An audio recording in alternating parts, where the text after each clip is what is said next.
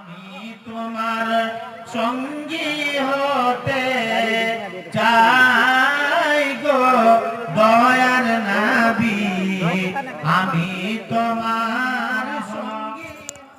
যেমন বৈজ্ঞানিকের আবিষ্কার করা মেশিন এবং জন্তু অনেকগুলো দুনিয়াতে আছে। বর্তমান যুগে আপনি মহাকাশে যদি যান, যারা মহাকাশ গবেষণা করে তাদের কাছে এমন এমন আধুনিক যন্ত্র আছে এবং স্যাটেলাইট বিভিন্ন দেশের এক একটা যে ফিট করে রেখে দিয়েছে মহাকাশের মধ্যে, যেখান থেকে বাসে স্যাটেলাইটের মাধ্যম দিয়ে আমি আপনি দুনিয়াতে যত রকমের খবর নিতে পারছি।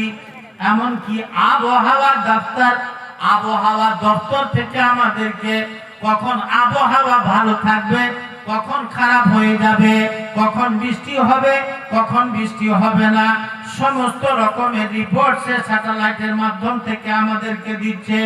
এমনকি আমরা ম্যাপ দেখতে পাই, আমি কোন জায়গায় যাচ্ছি, কোন জায়গায় যাচ্ছি না, সঠিক রাস্তায় যাচ্ছি না বেঠিক রাস্তায় যাচ্ছি, সমস্ত রকমের আমি রিপোর্ট সে স্যাটেলাইটের মাধ্যম থেকে পাই।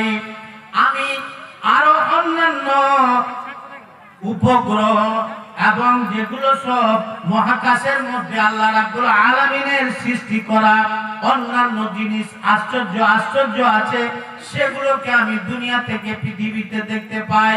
এগুলো দেখে আমরা আশ্চর্য হয়ে যাই। ভাই আমার, আল্লাহ রাব্বুল আলামিন বলছেন, ও আমার বান্দারা, তোমরা মানুষের তৈরি করা জিনিস দেখে আশ্চর্য হয়ে যাও, যাদেরকে আমি সামান্যতম জ্ঞান দান করেছি, সামান্য জ্ঞান দান করেছি। এই জ্ঞানের আধারে, জ্ঞানের কারণে তারা যেগুলো জিনিস তোমাদের সামনে আবিষ্কার করেছে সেগুলোকে দেখে তোমরা আশ্চর্য হয়ে যাও। কিন্তু বান্দা, তুমি একবার তোমার দেহের দিকে চেয়ে দেখো, তুমি তোমার শরীরের দিকে চেয়ে দেখো, তোমার শরীরের মধ্যে আমি কত মূল্যবান মেশিন ফিট করে রেখে দিয়েছি। আল্লাহ পাক বলছেন, ওয়াফি আনফুসিকুম আফালা তুবসিরুন। ও মানুষ, তুমি তোমার দেহের মধ্যে একবার দেখো, তোমার দেহের মধ্যে আমি কত মূল্যবান মেশিন আমি ফিট করে রেখেছি। কি কি মেশিন আল্লাহ পাক আমাদের দেহের মধ্যে দিয়েছেন। আমি বেশি কথা বলবো না, 2-4টা কথা বলবো। আপনার ব্রেন কত মূল্যবান, আপনার ব্রেনের কদরটাকে যদি আপনি একবার বুঝতে চান, কোন পাগল মানুষকে আপনি দেখেন, এবং এই ব্রেন আল্লাহ পাক সবাইকে একই রকম দেননি। কাউকে কম দিয়েছেন, কাউকে বেশি দিয়েছেন, কাউকে অল্প দিয়েছেন। ব্রেনটা আল্লাহ পাক সবারই এক মতো তৈরি করেননি। এই ব্রেনের দ্বারাতে মানুষ আজকে কথা থেকে কথা চলে গেল। আপনি নিজেই চিন্তা ভাবনা করুন। আপনারা জেনারেল শিক্ষিত বেশিরভাগ আছেন, আমি বেশি বলবো না। এই ব্রেনের মূল্যটা আপনি কখন বুঝতে পারবেন? যখন একবার আপনার ব্রেন যদি খারাপ হয়ে যায়, ব্রেন যদি আপনার ড্যামেজ হয়ে যায়, যদি কোনো স্ট্রোক রোগীকে আপনি দেখে আপনি নিজেও চিন্তা ভাবনা করুন। একটা স্ট্রোক রোগীকে আপনি যখন হসপিটালে নিয়ে যাচ্ছেন বা তাকে নার্সিং হোমে নিয়ে যাচ্ছেন, নিয়ে যাওয়ার পরে ডাক্তার তাকে দেখে বলে দিচ্ছে ব্রেন তার নষ্ট হয়ে গেছে, ব্রেন হেমারেজ হয়ে গেছে, ব্রেন ড্যামেজ হয়ে গেছে, অল্প কিছুটা ড্যামেজ হতে বাকি আছে। আমরা চেষ্টা করছি যদি তার ব্রেনটাকে আবার নতুন করে ওষুধের মাধ্যমে ওষুধ দিয়ে যদি ঠিক করা যায়। চট করে আপনি তখন ডাক্তারকে জিজ্ঞেস করবেন, ডাক্তার বাবু, এই ব্রেনটা ঠিক করতে গিয়ে আমাকে কত টাকা খরচ করতে হবে? কত টাকা খরচ করতে হবে? ডাক্তার তখন যাই আপনাকে বলবে তাই আপনি শুনবেন। শুনবেন কি শুনবেন না ভাই? অবশ্যই শুনবেন। কেউ বলবেন না যে আমি শুনবো না, সবাই শুনবেন। যদি আপনাকে বলে ফার্স্ট ট্রিটমেন্টের জন্য, প্রাথমিক ট্রিটমেন্টের জন্য আপনি অ্যাকাউন্টে 1.5 লাখ টাকা জমা করেন, আপনার কাছে যদি টাকা না থাকে আপনি ধার দেনা করবেন, জমি জায়গা যদি থাকে আপনি বিক্রি করে দেবেন, 1.5 লাখ টাকা শুধু প্রাথমিক ট্রিটমেন্টের জন্য অ্যাকাউন্টে জমা করবেন। যদি 15 দিন পরে আবার ডাক্তার বলে 3 লাখ টাকা জমা করতে হবে, আপনি দ্বিধা করবেন না, সংকোচ করবেন না।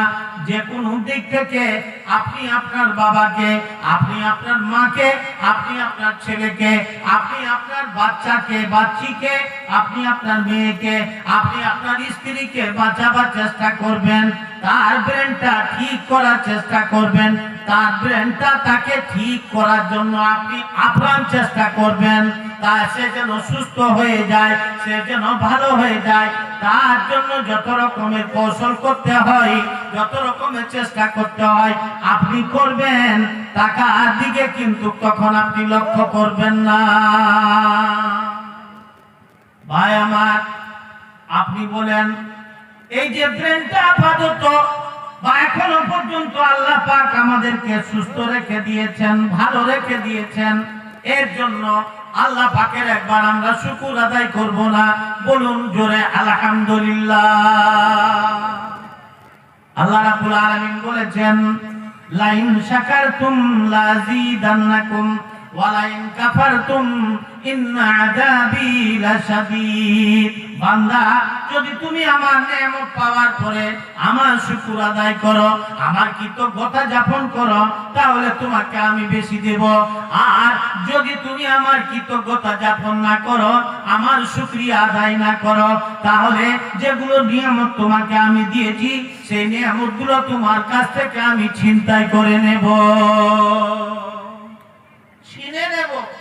ভাই আমার, এই জন্য আল্লাহর নবী সাল্লাল্লাহু আলাইহি ওয়াসাল্লাম বলেছেন, আল্লাহর নজরে প্রিয় বান্দা সেই লোকটা যে পানি খাওয়ার পরে, জল পান করার পরে বলবে আলহামদুলিল্লাহ, খাদ্য খেতে খেতে ঘন ঘন বলবে আলহামদুলিল্লাহ, খাওয়ার পরে বলবে আলহামদুলিল্লাহ, জেগে যখন ঘুম থেকে যখন জেগে যাবে তখন বলবে আলহামদুলিল্লাহ।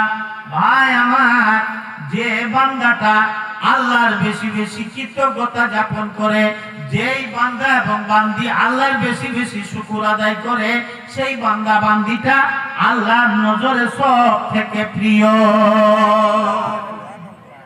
সব থেকে প্রিয়। আমরা কি আল্লাহর প্রিয় হতে চাই না? আপনারা বলেন, আমরা কি আল্লাহর প্রিয় হতে চাই না? অবশ্যই চাই। ভাই আমার, এই জন্য আজকের জলসাতে আপনার একটা শিক্ষা হলো কি, আপনি জল খাবেন আলহামদুলিল্লাহ বলবেন। কতগুলো মানুষের অভ্যাস হয়ে গেছে, দিনের বিদ্যা তো অর্জন করে না, দোয়া দুরুদ শিখে না, এবং মডার্ন সেজে গেছে, দিনকে বাদ দিয়ে দিনের ধার ধারে না। ভাই আমার, সেই মতো বান্দার আল্লাহর কাছে কোনো মূল্য নাই। ভাই আমার, যে আল্লাহর প্রিয় হতে চায়, আল্লাহর নেক বান্দার গুণাবলী হলো, তার খাসলত হলো আল্লাহকে সে সব সময় স্মরণ করবে, এবং আল্লাহর নেয়ামত পাওয়ার পরে সে আল্লাহর বেশি বেশি শুকর আদায় করবে, আল্লাহর বেশি বেশি শুকর আদায় করবে। ভাই আমার, তো ব্রেনটা কত মূল্যবান জিনিস আল্লাহ আমাকে আপনাকে দিয়েছেন, আপনি চিন্তা করুন কত মূল্যবান। এই ব্রেনের দ্বারাতে আমি আপনি বুদ্ধি পাকাই, ভালো বুদ্ধি পাকাই, মন্দ বুদ্ধি পাকাই, তাকে কোন সময় কোন বেকায়দায় ফেলতে হবে, ব্রেনের দ্বারাতে আমরা কাজ করি, আমরা গবেষণা করি, আমরা চিন্তা ভাবনা করি, আমরা বিভিন্ন রকমের আরো উন্নত মানের চিন্তা ভাবনা করি শুধু এই ব্রেনের দ্বারাতে। এই ব্রেনটা কত মূল্যবান, এই জন্য বললাম আমি, একটা পাগলকে আপনাকে দেখে হুঁশ করা দরকার, আপনাকে শিক্ষা নেওয়া দরকার, আপনাকে চিন্তা করা দরকার যে আল্লাহ পাক যদি চাইতেন আমাকে এই পাগলের মতো বানিয়ে দিতে পারতেন, আল্লাহ যদি চাইতেন আমাকে স্ট্রোক করে দিয়ে আমার ব্রেনটাকে নষ্ট করে দিতে পারতেন, আল্লাহ যদি চাইতেন তাহলে আরো কিছু বিপদের মুখোমুখি করে দিতে পারতেন, কিন্তু আল্লাহ কোনো কিছুই করেননি, যার কারণে আমি আজকে সুস্থ আছি, ভালো আছি এবং এই ব্রেনের দ্বারাতে বিভিন্ন রকমের চিন্তা ভাবনা করতে পারছি। আল্লাহ গো, তুমি এই পর্যন্ত আমাকে যে ব্রেনটা সুস্থ রেখে দিয়েছো, ভালো রেখে দিয়েছো, যার কারণে আমি তোমার কৃতজ্ঞতা যাপন করি, বলুন আলহামদুলিল্লাহ। দুনিয়াটা হলো শিক্ষার জায়গা। শিক্ষা শুধু স্কুলে, কলেজে, ইউনিভার্সিটিতে, মাদ্রাসায়, মক্তবে পাওয়া যায় না, বইয়ে পাওয়া যায় না, কিতাবের মধ্যে পাওয়া যায় না। যারা জ্ঞানী দুনিয়াতে তারা পদে পদে শিক্ষা অর্জন করে, জ্ঞান অর্জন করে। দুনিয়াটা আল্লাহ জ্ঞানীদের জন্য একটা ইউনিভার্সিটি তৈরি করেছেন, একটা মাদ্রাসা তৈরি করেছেন, একটা বই তৈরি করে দিয়েছেন। দুনিয়াতে অনেক লোক জ্ঞান অর্জন করে। কারা দুনিয়াতে জ্ঞান অর্জন করে? যারা উলুল আলবাব, যারা বুদ্ধিজীবী, যারা জ্ঞানী, যারা বিচক্ষণ, যারা দূরদর্শী, যারা আকলমান, তারাই দুনিয়াতে জ্ঞান অর্জন করে। আর যারা নির্বোধ, যারা পাগল, তারা দুনিয়াতে কোনো শিক্ষা অর্জন করতে পারে না। जगह जी लगाने की दुनिया नहीं है, ये इबरत की जा है, तमाशा नहीं है। जगह जी लगाने की दुनिया नहीं है, ये इबरत की जा है, तमाशा नहीं है। আমার দুনিয়াটা হলো শিক্ষার জায়গা, শিক্ষা অর্জন করার জায়গা। এই দুনিয়াটা ভোগ বিলাসের জায়গা নয়, আনন্দ ফুর্তি করার জায়গা নয়। ভাই আমার, যদি আমি আপনি দুনিয়াটাকে ভোগ বিলাসের জায়গা মনে করি আর ভোগ বিলাস দুনিয়াতে করে যদি দুনিয়া থেকে চলে যায়, তাহলে আল্লাহ পাক বলেছেন ফাআম্মা মান তাগা ওয়া আতারাল হায়াতাদ দুনিয়া ফাইন্নাল জাহিমা হিয়াল মাওয়া। যারা দুনিয়াতে ভোগ বিলাস করে, দুনিয়াতে আনন্দ ফুর্তি করে দুনিয়ার জীবনটাকে শেষ করে দিয়েছে, তাদের আমার কাছে মৃত্যুর পরে স্থান হবে জাহান্নাম। জাহান্নাম তাদের স্থান হবে। ভাই আমার, দুনিয়াটা শিক্ষারও জায়গা হলো। আপনি ইতিহাস পড়েছেন, আপনাকে বুঝাবার মতো আমার ক্ষমতা নাই, যেহেতু আপনারা আমার থেকে বুদ্ধিজীবী, আমার থেকে শিক্ষিত, আমার থেকে জ্ঞানী এখানে বসে আছেন। দুটা কথা বলি। জেমস ওয়াট নাম শুনেছেন? আমি 4 ক্লাসে ইংলিশ বই পড়েছিলাম ওনার ইতিহাস। জেমস ওয়াটের উনি কি তৈরি করেছিলেন? কি তৈরি করেছিলেন জানা আছে? ভাপের ইঞ্জিন। ইন্ডিয়াতে সর্বপ্রথম ভাপের ইঞ্জিন তৈরি বা চলতো, যেটা আপনারা দেখেছেন, আমি দেখিনি, আমি কয়লার ইঞ্জিন পর্যন্ত দেখেছি। তো জেমস ওয়াট উনি ভাপের ইঞ্জিন তৈরি করলেন। কি দেখে? কি দেখে? উনি ছোটবেলা থেকে বিচক্ষণ ছিলেন, বুদ্ধিজীবী ছিলেন। ওনাকে আল্লাহ রাব্বুল আলামিন জ্ঞানী বানিয়েছিলেন। উনি যখন স্কুল থেকে বাড়ি আসতেন, বাড়িতে স্কুলের ব্যাগ রেখে দিয়ে ওনার চাচিকে দেখতেন তিনি রান্না করছেন। একদিন ওনার চাচি চা তৈরি করছেন, চা বানাচ্ছেন বাড়িতে। উনি স্কুল থেকে সেই সময় এসেছেন, ব্যাগটা রেখে দিয়ে চাচির কাছে গিয়ে বলছেন, চাচি কি তৈরি করছেন? আচ্ছা মা বোনেরা, আপনাদেরকে একটু কষ্ট দিব যদি আপনারা মনে কিছু না নেন। কেন যে পিছনে আপনাদেরই বোন, আপনাদেরই মা, আপনাদেরই চাচি, আপনাদেরই পাড়া প্রতিবেশীর মেয়ে ছেলেরা খাড়ো হয়ে আছেন। যদি আপনারা অল্প অল্প করে এগিয়ে যান তাহলে পিছনে যারা এসেছেন তিনারা সামনে বসতে পারবেন, আর না হয় পিছনের মা বোনদেরকে বলবো যে সামনে অনেক, যে যখন ডেচকির মধ্যে বা কেটলির মধ্যে জলটা গরম হয়ে যায়, তো জল গরম হয়ে যাওয়ার পরে সেখান থেকে একটা ভাপ সৃষ্টি হয়, আর সেই ভাপের কারণে এই কেটলির মুখটা বা হাঁড়ির মুখটা উপর নিচে হয়। উনি ফট করে জিজ্ঞেস করছেন যে তাহলে তো ভাপের মধ্যে একটা শক্তি আছে, শক্তি না থাকতে গেলে এই ঢাকনাটাকে কেমন করে উপর নিচে করা যায়? উনি বললেন হ্যাঁ অবশ্যই শক্তি আছে। এই যে একটা জ্ঞান চাচির কাছ থেকে পেলেন, চা রান্না করতে গিয়ে, চা তৈরি করতে গিয়ে, এটাকে গবেষণা করতে করতে করতে করতে করতে উনি দুনিয়াবাসীকে আশ্চর্য বানিয়ে দিলেন ট্রেনের একটা ভাপের ইঞ্জিন তৈরি করে। আশ্চর্য বানালেন কি বানালেন না?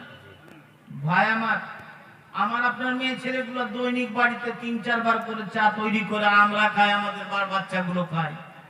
আমরা কোনো শিক্ষা নিতে পারলাম? আমরা কোনো শিক্ষা নিতে পারলাম না। যিনি জ্ঞানী তিনি শিক্ষা নিলেন, আর আমরা ওনার তুলনায় নির্বোধ বোকা পাগল মানুষ। ভাই আমার, উনি দুনিয়াবাসীকে একটা উপহার দিলেন ভাপের ইঞ্জিন তৈরি করে। এটা ওনার জন্য শিক্ষা হলো। গৌতম বুদ্ধকে সকলেই জানেন, বুদ্ধিস্টের ভগবান হলো গৌতম বুদ্ধ। উনি রাজার ছেলে ছিলেন। উনার জীবনের ইতিহাস আপনারা অনেকেই জানেন। রাজাদের বেশিরভাগ ইচ্ছা থাকে শিকার করা, ঘোরা। আগে তো বন জঙ্গল ছিল, তারা বনে জঙ্গলে ঘুরে বেড়াতো। উনি একদিন ঘোরার জন্য বের হলেন নিজের চাকরকে নিয়ে, নিজের সৈনিকদেরকে নিয়ে, নিজের উজিরকে নিয়ে। রাস্তায় যেতে যেতে উনি কয়েকটা লোককে দেখতে পেলেন। একটা লোক দেখতে পেলেন অসুস্থ। উনি উজিরকে জিজ্ঞেস করলেন এটা কোন লোক? বলে এটা অসুস্থ ব্যক্তি। উনি তো অসুস্থ কাকে বলে, রোগ ব্যারাম কাকে বলে সেটা জানেন না, জানতেন না তখন পর্যন্ত। উনি অসুস্থ ব্যক্তিকে দেখে আশ্চর্য হয়ে গিয়ে বললেন মানুষ আবার অসুস্থ হয়ে যায় নাকি? উজির বলল হ্যাঁ হুজুর হয়ে যায়, আপনারও হয়তো কোনো সময় রোগ ব্যারাম ধরে যাবে। উনি চিন্তিত হয়ে গেলেন। কিছু দূর যাওয়ার পরে উনি একটা বয়স্ক লোককে দেখলেন। বয়স্ক লোককে দেখে উনি জিজ্ঞেস করলেন এটা কোন লোক যে লাঠি ধরে আস্তে আস্তে করে রাস্তায় হেঁটে আসে? উজির বিচক্ষণ ছিল, উনাকে বুঝালো এটা হলো বয়স্ক মানুষ। বলে লোক বয়স্ক হয়ে যায়, তার অবস্থা এই মতো হয়ে যায় নাকি? উনি বললেন হ্যাঁ এই মতো অবস্থাও মানুষের হয়। কেন যে মানুষের তিনটা সময়, একটা বাল্যকাল, একটা হলো যৌবনকাল, একটা হলো বার্ধক্যকাল, আর লাস্টে হলো মরণকাল। তিনটা সময় মানুষের আছে, প্রতিটা মানুষের সামনে আসে, আপনারও আসবে। আপনি বাল্য ছিলেন, এখন যুবক হয়েছেন, এরপরে আপনার এই মতো অবস্থা হবে। উনি আশ্চর্য হয়ে গেলেন। তার কিছু দূর পরে গিয়ে দেখছেন কিছু লোক একটা লাশকে খাটিতে উঠিয়ে আর তাকে নিয়ে আসে। জিজ্ঞেস করলেন এটা কোন লোক? বলে এই লোকটা হলো অমুক লোক, সে মারা গেছে। পরিশেষের কথা বলছি, লম্বা করব না। উনি চিন্তা ভাবনা করলেন মানুষ যখন অসুস্থ হয়ে যায়, মানুষ যখন বৃদ্ধ হয়ে যাবে, তার শরীর স্বাস্থ্য কেজ হয়ে যাবে, তার শরীরের মধ্যে যৌবনকালের মতো আর শক্তি থাকবে না। আর পরিশেষে একটা লোক যদি মারা যায়, তাহলে মরে যাওয়ার পরে তাকে যদি পরকাল যেতে হয়, তাহলে এত দুনিয়াতে আনন্দ কিসের, এত দুনিয়াতে সুখ কিসের, এত দুনিয়াতে বিলাস বিলাস কেন, এত দুনিয়াতে ফুর্তি কেন? আমি কোন ভ্রান্তর মধ্যে পড়ে আছি? আমাকে যদি সব ত্যাগ করতে হয়, যদি এই জিনিসগুলো আমার অস্থায়ী হয়ে থাকে, এই জিনিসগুলো যদি আমি আর বেশি দিন উপভোগ করতে না পারি, আর ছেড়ে যদি আমাকে চলে যেতে হয়, তাহলে যেখানে আমি চলে যাব সেখানের জন্য আমি দুনিয়াতে কেন ভালো আমল করব না? উনি রাতের অন্ধকারে সব ছেড়ে দিলেন, রাজপ্রাসাদ ছেড়ে দিলেন, সিংহাসন ছেড়ে দিলেন, স্ত্রীর ছেলেকে ছেড়ে দিলেন, আর বনে গিয়ে উনি উপাসনা করতে লাগলেন। গৌতম ভাই আমার, উনি কি অর্জন করলেন দুনিয়াতে? যদি আমাকে দুনিয়াতে আমার ধন সম্পদ কোনো কাজে না লাগে, কোনো কাজে না আসে, চিরকাল যদি আমার ধন সম্পদ না থাকে, তাহলে এগুলো আমি নিয়ে কি করব, ভোগ করে কি করব? যেখানে আমাকে যেতে হবে সেখানের জন্য আমি দুনিয়াতে বেশি বেশি আমল করব। উনি শিক্ষা অর্জন করলেন। ভাই আমার, দুনিয়াতে আজকে আমরা আসসালামু আলাইকুম ওয়া রাহমাতুল্লাহি ওয়া বারাকাতুহু। আজিরানে গেলাম বেরাদারুল মিল্লাত ইসলামিয়া, আপনারা যারা রাস্তায় ঘোরাঘুরি করছেন, দয়া করে কমিটির তরফ থেকে আমি আপনাদের অনুরোধ করছি, আপনারা প্যান্ডেলের নিচে এসে বসুন। আর আপনাদের যে চির আকাঙ্ক্ষিত বক্তা, যার জন্য আপনারা দূর দূরান্ত থেকে ছুটে এসেছেন, তিনি পৌঁছে গেছেন। আমরা 10টা সাড়ে 10টার মধ্যেই বক্তাকে তুলব। অতএব আপনারা রাস্তায় ভিড় না করে ভিতরে এসে বসুন। যে আপনাদের চির আকাঙ্ক্ষিত বক্তা তিনি পৌঁছে গেছেন। উনি একটু দূর থেকে আসছেন, তো একটু আরাম করুন, তারপরে আমরা ওই বক্তাকে নিয়ে আসবো। অনুরোধ করবো, আর আপনি ডিস্টার্ব করিয়ে অনুরোধ করবো এটা আপনাকে। হ্যাঁ ঠিক আছে, আমার মাথায় আছে ওটা, ইনশাআল্লাহ। তো আমাকে সময়টা বলে দেন, তাহলে আমি ছেড়ে দিচ্ছি। সময়টা বলে দিন, কতক্ষণ বলবো? বলো কতক্ষণ পর্যন্ত যারা বলো। হ্যাঁ ঠিক আছে, 25 মিনিট। ব্রাদারান ইসলাম, আমি বলছিলাম দুনিয়াটা শিক্ষার জায়গা, কিন্তু এখানে আমরা দুনিয়াতে কোনো শিক্ষাই দিতে পারলাম না। আমি বিষয়বস্তু বলছিলাম যেটা, যে আল্লাহ পাক আমাদেরকে বড় মূল্যবান নিয়ামত দান করেছেন, সেগুলোকে আমরা কোনোদিন কদর করলাম না এবং সেগুলোর প্রতি কোনোদিন চিন্তা ভাবনাও করলাম না। একটা কি ব্রেন, তারপরে চোখ। চোখ কত মূল্যবান জিনিস ভাই আমার, এই চোখটা কত মূল্যবান জিনিস। একটা অন্ধ লোককে দেখে আপনি শিক্ষা নেন, জ্ঞান অর্জন করেন। চোখ আছে পৃথিবীর সৌন্দর্য আমি আপনি দেখতে পাচ্ছি, ছেলেকে দেখতে পাই, মেয়েকে দেখতে পাই, আমরা গ্রামের মানুষকে দেখতে পাই, আত্মীয় স্বজনকে দেখতে পাই। দুনিয়ার মানুষেরা দুনিয়াটাকে কত সুন্দর সুন্দর তৈরি করে রেখেছেন, সেগুলো আমরা চোখের দ্বারাতে উপভোগ করি। এবং শুধু উপভোগ করি না, আজকে যে কোনো একটা ভালো সিনকে নিজের মোবাইলে তুলে রাখি, ক্যামেরাতে আমরা তুলে রাখি, ফটো করে রাখি। কিন্তু এই আল্লাহ রাব্বুল আলামিনের চোখের মধ্যে যে এক ধরনের ক্যামেরা আমাকে আপনাকে ফিট করে দিয়েছেন, সেটা কোনোদিন লক্ষ্য করলাম না। দুনিয়ার যে কোনো ভালো জায়গা, ভালো জিনিস চোখের মধ্যে আমার আপনার অটোমেটিক ক্যামেরা হয়ে যায়, ফটো হয়ে যায়, এবং যখন একা থাকি তখন সেই ছবিটা আমার আপনার চোখের মধ্যে ভাসতে থাকে। কত সুন্দর আল্লাহ পাক আমাকে আপনাকে ফিট করে রেখে দিয়েছেন, এবং কত যত্ন সহকারে। এটা কোনো মানুষ করতে পারে? ভাই আমার, জবান একটা মূল্যবান আল্লাহ পাকের দেওয়া নিয়ামত। জবান যদি না থাকে, জিহ্বা যদি আমার আপনার না থাকে, আমরা খাবো কেমন করে? দুনিয়ার বিভিন্ন জিনিসের স্বাদ কেমন করে বুঝতে পারবো? আমাকে দুনিয়ার বিভিন্ন জিনিসের স্বাদ আমার জিহ্বা বলে দেয়, আমার জবান আমাকে বলে দেয় কোনটা কোন জিনিসের স্বাদ হলো। এই জন্য আল্লাহ পাক বলেছেন, আলাম নাজআল লাকুম আইনাইন, আলাম নাজআল লাহু আইনাইন ওয়া লিসানান ওয়া শাফাতাইন। আল্লাহ পাক বলছেন আলাম নাজআল লাহু আইনাইন ওয়া লিসানান ওয়া শাফাতাইন ওয়া হাদাইনাহুন নাজদাইন। আমি কি তাদেরকে দুটা চোখ দান করিনি এবং তাদেরকে আমি জিহ্বা দিইনি? জিহ্বাটা কত মূল্যবান, আমি সেদিকে গেলাম না। ভাই আমার, এই মতো নিয়ামতগুলো যদি গুণের অসংখ্য নিয়ামত আমাকে আপনাকে আমার আপনার বডির মধ্যে আল্লাহ রাব্বুল আলামিন ফিট করে রেখে দিয়েছে।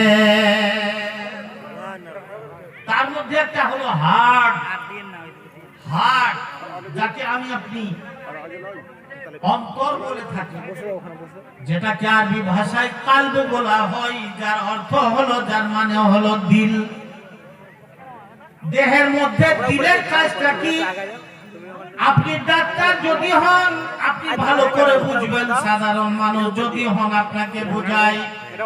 এই যে আমার আপনারা হার্টটা ধড়ফড় করছে আমার আপনার সিনার মধ্যে, বুকের মধ্যে, এই হার্টটার কাজ হলো সারা শরীরের মধ্যে রক্তকে পৌঁছে দেওয়া।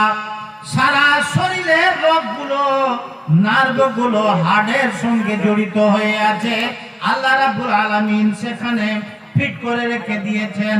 এই হার্ট এক মিনিটে কতবার আমার আপনার নড়ে, সেটা আপনি একটা ডাক্তারকে জিজ্ঞেস করলেন, ভাই আমার এই হার্ট যদি আমার আপনার দুর্বল হয়ে যায় তাহলে কে সারাবার জন্য আমি আপনি লক্ষ লক্ষ টাকা শেষ করে দিই, লক্ষ লক্ষ টাকা হার্টের রোগকে ঠিক করতে আমি আপনি দ্বিধাবোধ করি না।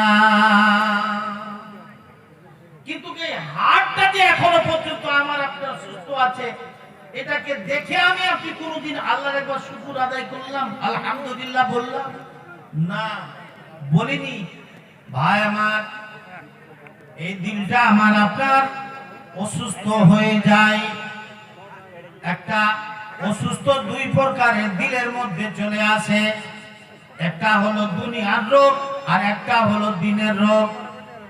দুনিয়ার রোগ যদি আমার আপনার দিলের মধ্যে লেগে যায় তাহলে যে কোনো ডাক্তারের কাছে গিয়ে, হার্টের যিনারা স্পেশালিস্ট আছেন তাদের কাছে গিয়ে আমি আপনি হার্টের ট্রিটমেন্ট করতে পারবো, চিকিৎসা করতে পারবো, সেটাকে সুস্থ করতে পারবো, ঠিক করতে পারবো। কিন্তু এই হার্ট আমার আপনার দিনের পর দিন, দিনের পর দিন এক একটা ব্যাধি লেগে, এক একটা রোগ লেগে দিনের পর দিন অসুস্থ হতে আছে, অসুস্থ হতে আছে, অসুস্থ হতে আছে। এবং এত অসুস্থ আমার আপনার দিল হয়ে গেছে যে এখন এই দিলটা আমার আপনার আর কোনো কাজ করে না। কিন্তু এই দিলের রোগটাকে, যেটা দিনের রোগ লেগে গেছে, সেই দিনের অসুখটাকে আমি আপনি ভালো করার চেষ্টা করি না। এই দিলটাকে আল্লাহ নবী সাল্লাল্লাহু আলাইহি ওয়াসাল্লাম বলেছেন, এই দিলটা হলো সারা শরীরের অঙ্গ প্রত্যঙ্গের রাজা, বাদশা। রাজা যদি ভালো হয় প্রজা ভালো হবে, দেশ ভালো চলবে।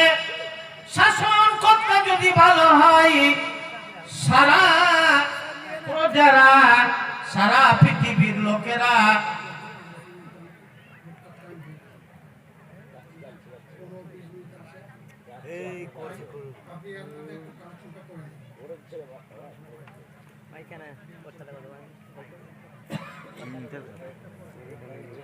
আমি আপনি এই দিনের রোগটাকে সারাবার চেষ্টা করি না। আল্লাহ রাব্বুল আলামিন বলছেন ফি কুলুবিহিম মারাদুন ফাযাদাহুমুল্লাহু মারাদা ওয়া লাহুম আযাবুন আলীম। তাদের অন্তরগুলো ব্যাধিগ্রস্ত হয়ে গেছে, এই ব্যাধিটা তারা ঠিক করার কোনো সময় চেষ্টা করলো না। কিন্তু যখন এরা চেষ্টা করলো না, তখন দিনের পর দিন, দিনের পর দিন তাদের ব্যাধি বাড়তেই থাকলো, বাড়তেই থাকলো। পরিশেষে সারা অন্তরটা আমার আপনার আজকে ব্যাধিগ্রস্ত হয়ে গেছে। ব্যাধিগ্রস্ত আমার আপনার অন্তর। অঙ্গ প্রত্যঙ্গের বাদশা হলো, রাজা হলো কে? আমার আপনার দিল। দিল যদি ভালো তাহলে আমার শরীর ভালো, স্বাস্থ্য ভালো থাকবে, আমার মন মেজাজ ভালো থাকবে, যে কোনো কাজে আমার আপনার মন লাগবে। আর যদি আমার আপনার অন্তরটা ভালো না থাকে, রোগগ্রস্ত হয়ে যায়, তাহলে কোনো কাজে মন লাগবে না।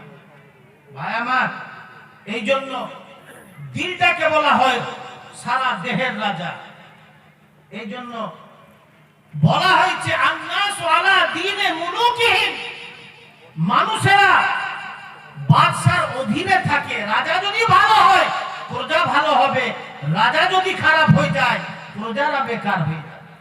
ভাই আমার, এই জন্য একটা বাংলা কবি বলেছেন, রাজা গুণে রাজ্য নষ্ট, প্রজা কষ্ট পায়, আর গিন্নি গুণে ঘর নষ্ট, লক্ষ্মী উড়ে যায়। রাজা গুণে রাজ্য নষ্ট, প্রজা কষ্ট পায়। সময় যেহেতু বেশি বাড়াবার নাই, সেদিকে আমি গেলাম না। আমি শুধু আপনাদেরকে বলতে চাইছি, এই যে নিয়ামতগুলো আল্লাহ পাক আমাকে আপনাকে দিয়েছেন, এই নিয়ামতের কতটা আমি আপনি আল্লাহর শুকরিয়া আদায় করি আর কতটা এর কদর করি, সেটা শুধু দেখাতে চাই আপনাদের। ভাই আমার, আজকে আমার আপনার অন্তর ব্যাধিগ্রস্ত। আল্লাহ মানুষের দিলটাকে দেখেন, তার শাকল সুরতকে দেখেন না, কে কত সুন্দর এটা লক্ষ্য করেন না। মানুষের দিল এবং মানুষের আমলটাকে আল্লাহ পাক দেখেন। আল্লাহ নবী সাল্লাল্লাহু আলাইহি ওয়াসাল্লাম বলেছেন, ইন্নাল্লাহা লা ইয়ানজুরু ইলা সুওয়ারিকুম, ইন্নাল্লাহা লা ইয়ানজুরু ইলা সুওয়ারিকুম ওয়ালাকিন ইয়ানজুরু ইলা কুলুবিকুম ওয়া আমালিকুম।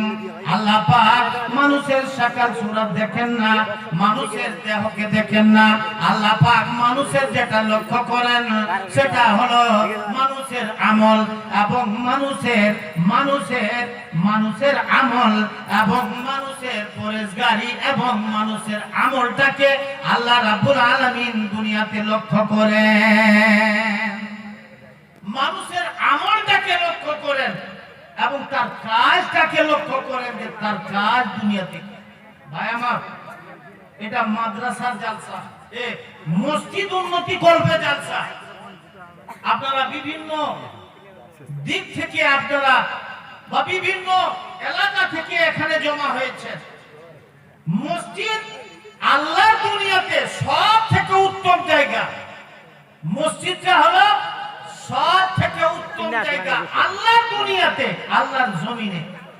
আল্লাহ নবী সাল্লাল্লাহু আলাইহি ওয়াসাল্লাম বলেছেন, আহাব্বুল বিলাদি ইলাল্লাহি মসজিদুহা ওয়া আবগাদুল বিলাদি ইলাল্লাহি আসওয়াকুহা।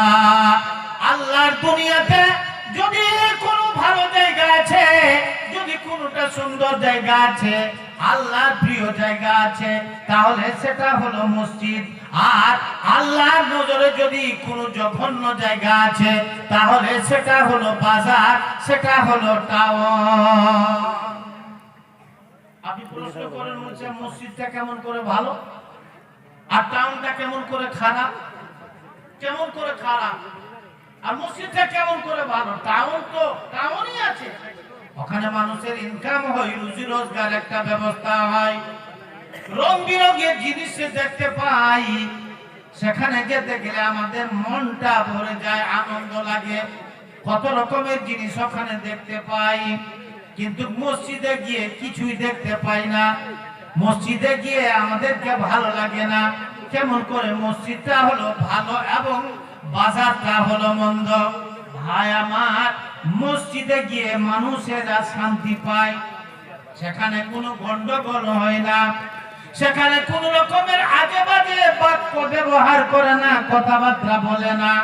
সেখানে মানুষ একটা ইমানদার মানুষ কথায় যেতে গেলে শান্তি পায়, সে মসজিদ যেতে গেলে শান্তি পাবে, বাজার যেতে গেলে শান্তি পাবে না।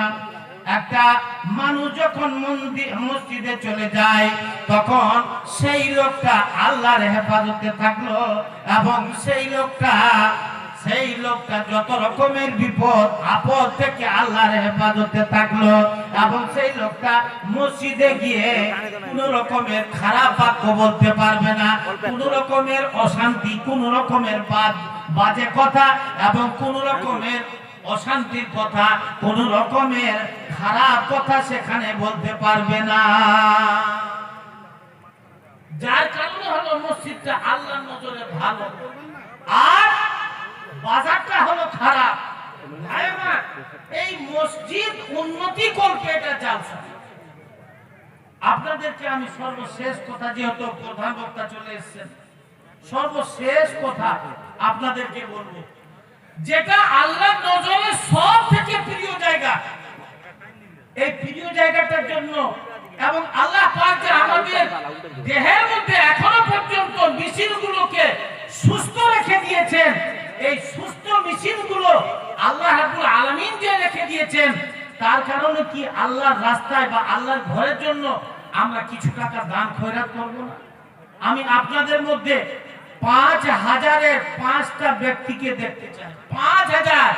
ভাই আমার, একটা হার্ট যদি মানুষের দুর্বল হয়ে যায়, তাহলে ডাক্তার তাকে যা বলবে তাই সে দিয়ে দিবে, দ্বিধা করবে না, সংকোচ করবে না। আমাকে আপনাকে যে সুস্থ আল্লাহ রাব্বুল আলামিন এই হার্টটা রেখে দিয়েছেন, আমরা দোয়া করব যেন আপনার হার্টটা সুস্থ থাকে, আপনার দিলটা যেন ভালো থাকে, এটা যেন রোগ ব্যায়াম থেকে আল্লাহ আপনাকে ভালো রেখে দেয়, তার জন্য দোয়া করব। এই দোয়া নেওয়ার জন্য আপনাদের কাছ থেকে আমি 5টা মানুষের কাছে ৫,০০০ টাকা করে চাইছি। কোন এমন বান্দা আল্লাহ আছেন যে আল্লাহর রাস্তায় বা আল্লাহর ঘরের জন্য ৫,০০০ টাকা করে 5টা মানুষ দিতে পারবেন? আমার কাছে সময় নাই বেশি। আমাকে সভাপতি সাহেব বারবার ইঙ্গিত করছেন, আপনি আপনার বিষয়বস্তু ছেড়ে দেন, আপনি কালেকশন করেন, প্রধান বক্তার অপেক্ষায় সবাই আছি। ভাই আমার, তো আমি এই কয়েকটা মিনিট শুধু ৫,০০০ টাকা করে 5টা লোককে চাই, কমিটির মধ্যে হোক বা বাইরে কোনো মানুষ হোক, ৫,০০০ 5 জনকে চাই আল্লাহর ওয়াস্তে। আমি মুসাফির মানুষ, আপনাদের কাছে নতুন এসেছি, জীবনের কোনো গ্যারান্টি নাই, হয়তো চলে যাব কোন সময়, কেউ বলতে পারবে না। এই নতুন মুখ এবং অচেনা লোক এবং আল্লাহর ঘরের জন্য আমি আপনাদেরকে ৫,০০০ টাকা করে চাইছি। কয়েক মিনিট অপেক্ষা করব আপনাদের জন্য, তারপরে আমি আর বক্তব্য রাখবো না, আমি এখান থেকে বিদায় হয়ে চলে যাব। ভাই আমার, আসুন আল্লাহর ঘরের জন্য আপনারা কিছু দান খয়রাত করুন। দান খয়রাত করতে গেলে মানুষের দুনিয়াতে আপদ বিপদ বালা মুসিবত দূর হয়ে যায়। দান খয়রাত করতে গেলে মানুষের বালা মুসিবত কেটে যায়। আল্লাহ নবী সাল্লাল্লাহু আলাইহি সাল্লাম বলেছেন, আস-সাদাকাতু তারাদ্দুল বালা ওয়া তুযীদু ফিল আমল। সাদকা খয়রাত করতে গেলে মানুষের বালা মুসিবত আপদ বিপদ দূর হয়ে যায় এবং আল্লাহ রাব্বুল আলামিন তার আয়ুকে বৃদ্ধি করে দেন। ভাই আমার, এই জন্য আপনাদের কাছে এই মসজিদের জন্য, যেহেতু এটা জালসা, এই মসজিদের পারপাসে কিছু টাকা বা কিছু ডিমান্ড করলাম।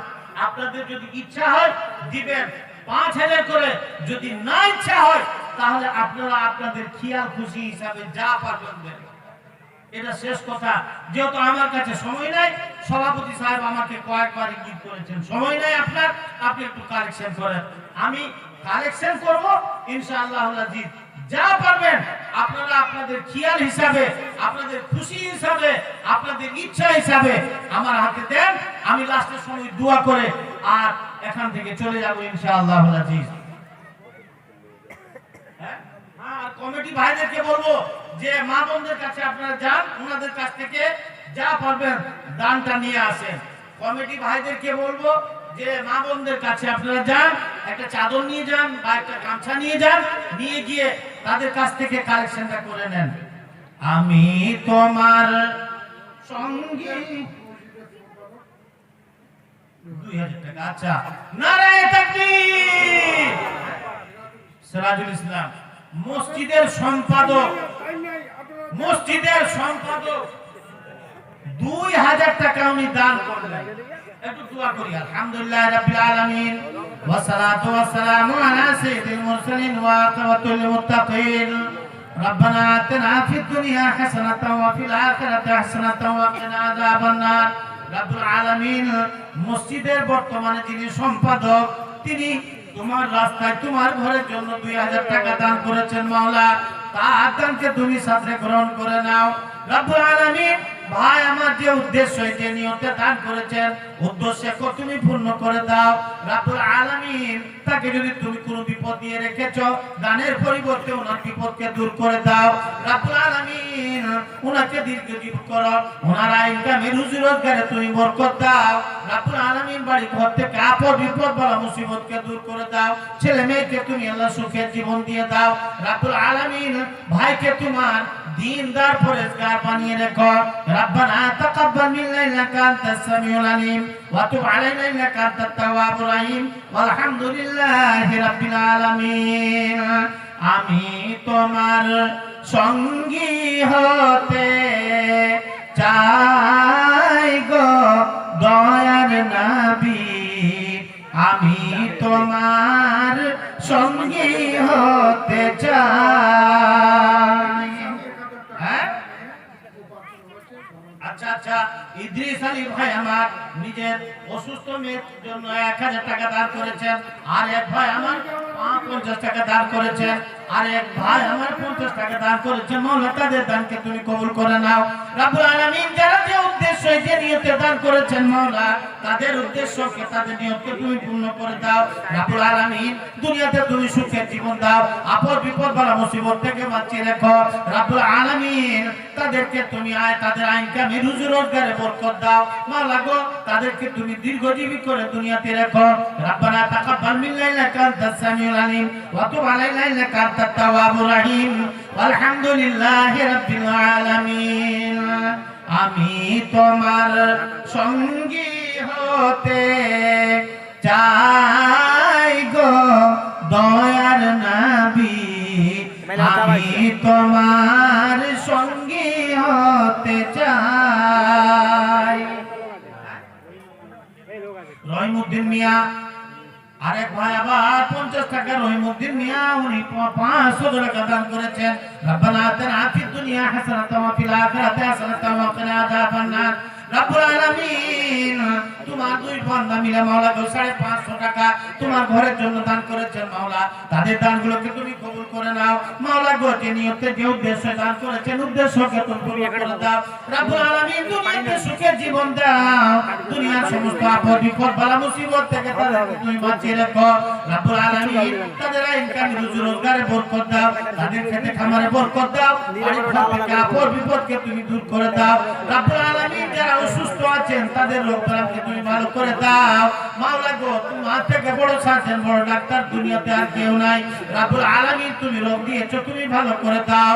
রব্বানা তাকাব্বাল মিন্না ইন্নাকা আনতাস সামিউল আলিম ওয়া তুব আলাইনা ইন্নাকা আনতাত তাওয়াবুর রহিম আলহামদুলিল্লাহি রাব্বিল আলামিন। আমি তোমার সঙ্গী হতে চাই গো দয়ার নবী, আমি